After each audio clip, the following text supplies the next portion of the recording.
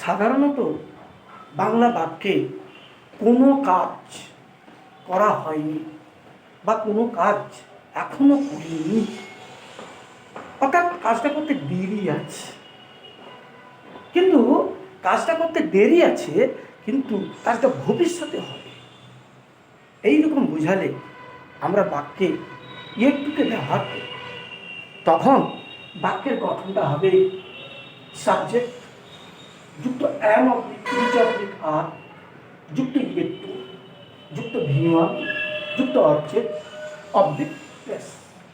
আবার প্রশ্নসূচক বাক্যে অ্যাম oblique is oblique আর যুক্ত সাবজেক্ট যুক্ত একটু যুক্ত ভিওয়ান যুক্ত অবজেক্ট অবলিক প্লেস।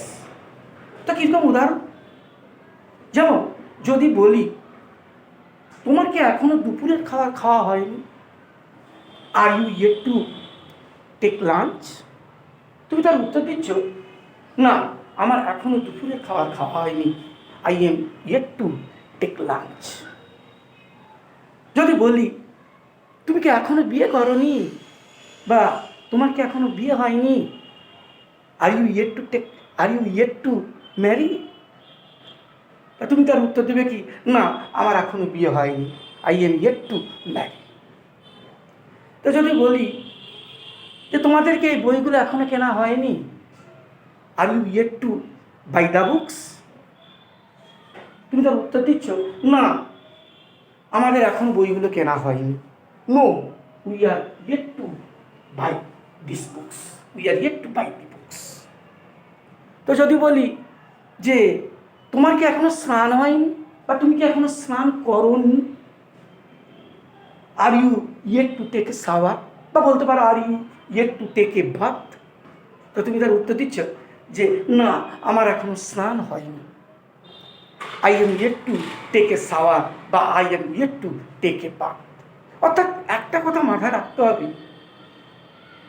কোনো কিছু এখনো হয়নি, এই যে এখনো হয়নি এইরকম অর্থে কিন্তু আমরা ইয়েট টুকে ব্যবহার করি। বুঝতে পেরেছো সবাই? এইরকম অর্থে আমরা কিন্তু ইয়েট টুকে ব্যবহার করি। আরও কিছু উদাহরণ দেওয়া যাক, আমরা যদি উদাহরণ দেওয়া যাক। যেমন যদি বলি, উনিলের কি তোমাদেরকে এখনও তার জন্মদিনে নিমন্ত্রণ করা হয়নি, বা উনিল কি এখনও তার জন্মদিনে তোমাদেরকে নিমন্ত্রণ করেনি? তাহলে ইচ উনিল yet to invite you to his birthday?